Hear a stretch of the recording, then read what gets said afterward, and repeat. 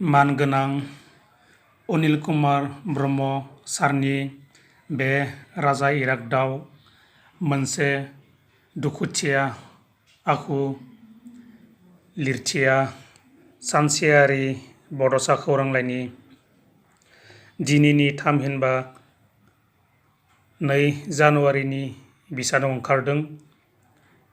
दोंसे फरायनो गोनां लिरथि। सारनि बे लिरथिखौ फरायनानै आं जोबोद मोजां मोनदों।